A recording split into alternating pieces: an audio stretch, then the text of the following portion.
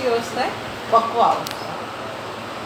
अत्यंत महत्त्वाची अवस्था आहे. आपण स्वेलिंगमध्ये मेडिकल एक्झामिनेशन शिकलो आपण, त्याच्यामध्ये इन्स्पेक्शन आणि पाल्पेशन शिकलो.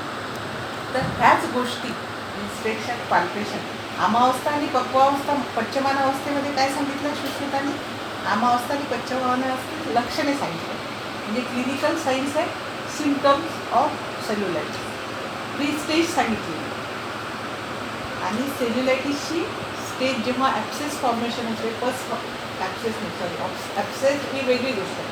सेल्युलायटिसमध्ये जेव्हा इन्फेक्शन होऊन पस फॉर्मेशन होते तेव्हाची जी अवस्था असते ती ॲक्यूट अवस्था सांगितलेली आहे सेल्युलायटिस. आणि आयुर्वेदानुसार त्याचं कम्पॅरिझन आपण पक्व अवस्थेत केलं. तर ह्या 3 स्टेजेसमध्ये सुश्रुतांनी जे सांगितलं आहे ते मॉडर्ननुसार जर आपल्याला कम्पेअर करायचं झालं तर पहिल्या 2 अवस्थेमध्ये लक्षणं signs and symptoms clinical features of आमावस्था आणि पच्यमान अवस्थेत can be correlate with the clinical features of cellulitis. परंतु पक्वावस्थेची लक्षणं जी सुश्रुतांनी सांगितलेली आहेत त्याच्यात लोकल सायन्स सिम्पटम्स हे सांगितले आहे. त्याच्यात ज्या टेस्ट करायच्या सांगितलेल्या आहेत म्हणजे क्लिनिकल टेस्ट मेडिकल क्लिनिकली आपल्याला कसं डायग्नोज करता येईल without any investigation clinically there is a pus, हे जे स्वेलिंग चॅप्टरमध्ये सांगितलेलं आहे ही लक्षणं ह्या पक्वावस्थेमध्ये सांगितलेली आहेत. म्हणून ही अवस्था खूप महत्त्वाची. या श्लोकामध्ये खूप व्यवस्थितपणे सांगितलेलं आहे. तर श्लोकाचं डिस्क्रिप्शन आणि श्लोक प्रत्येकाच्या पाठ असतात. तर या ठिकाणी हा श्लोक सुश्रुतसंहिता सूत्रस्थानामध्ये 17व्या आहे. पहिला शब्द आहे वेदनोपशांती. काल काय पाहिलेलं आपण? एकदम सगळ्या वेदना सांगितलेल्या आहेत. म्हणजे सगळं एकदम ॲक्यूट लेवलला असते. म्हणजे रेडनेस वगैरे सगळं जे अमावस्थेची लक्षणं असते मंद उष्णता ते सगळं वाढलेलं असते, फ्लेअर अप झालेलं असते. परंतु पच्यमान पक्वावस्थेमध्ये वेदनोपशांती म्हणजे जे थ्रोबिंग पेन असते, मॉडर्ननुसार जे थ्रोबिंग पेन आणि आयुर्वेदानुसार ऑल टाईप्स ऑफ पेन ज्या सांगितलेल्या आहेत त्या, तर ते थ्रोबिंग एकदम कमी होऊ शकते, एकदम कमी. म्हणजे वेदनेला शांती मिळते. फक्त वेदना, पण त्या ठिकाणची लोकल जी लक्षणं असतात ती तशीच असतात. पहिलं लक्षण तुम्हाला दिसते की पेशंटचा वेदना उपशांत. नंतर वेदनोपशांती का बरं होते? आपण इन्फ्लमेशनचे सायन्स इन्फ्लमेशनची पॅथॉलॉजी पाहिली. पॅथॉलॉजीमध्ये काय सांगितलं?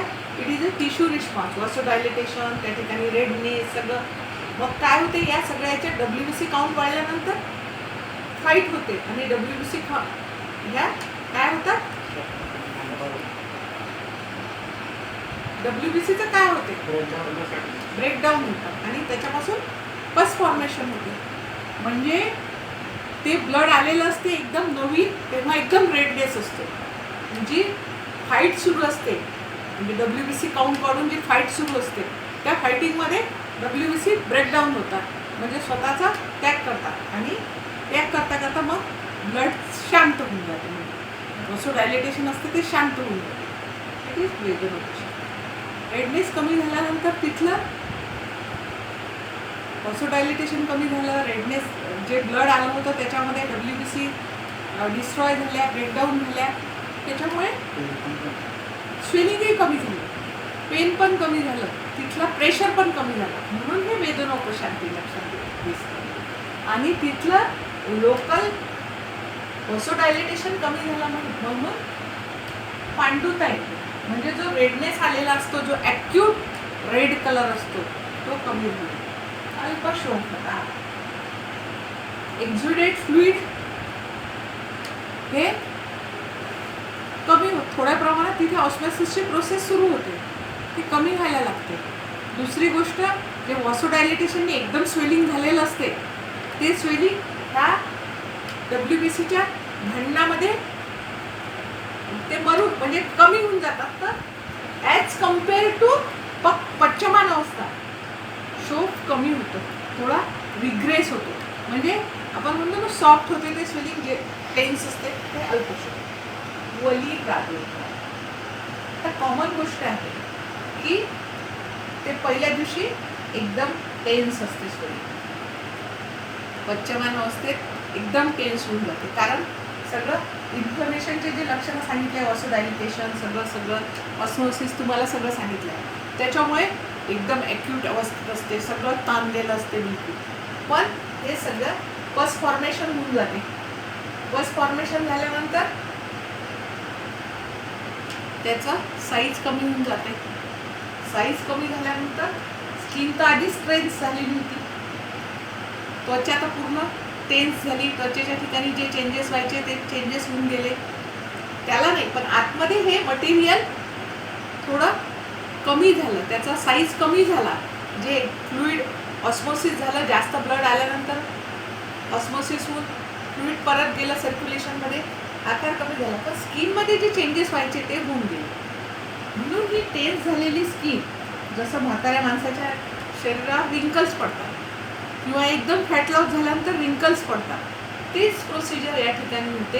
पण ही इन्फ्लमेटरी प्रोसेस असल्यामुळे ह्या ठिकाणी थोड्यासा अशा झुरिया पडल्यासारखं वली प्रादुर्भाव. पण ती वली प्रादुर्भाव झालेली स्किन कशी असते? Dead skin. वली प्रादुर्भावाली स्किन डेड स्किन. बाकीचं मटेरियल एका कॅप्सूलमध्ये असते म्हणून ते वेगळं असते, स्किन वेगळी असते. नंतर वली प्रादुर्भाव व हा त्वक परिपुटनम, जी स्किन असते, जी वली प्रादुर्भाव झालेली असते ती डेड होऊन जाते स्किन, त्याच्यात त्वक परिपुटनम. पण एखादा आपल्याला फोड होतो आणि ते एक असे कांद्याचे छिलके निघाल्यासारखे छिलके निघतात, दॅट इज त्वक परिपुटनम. त्वचेमध्ये क्रॅक्स होतात.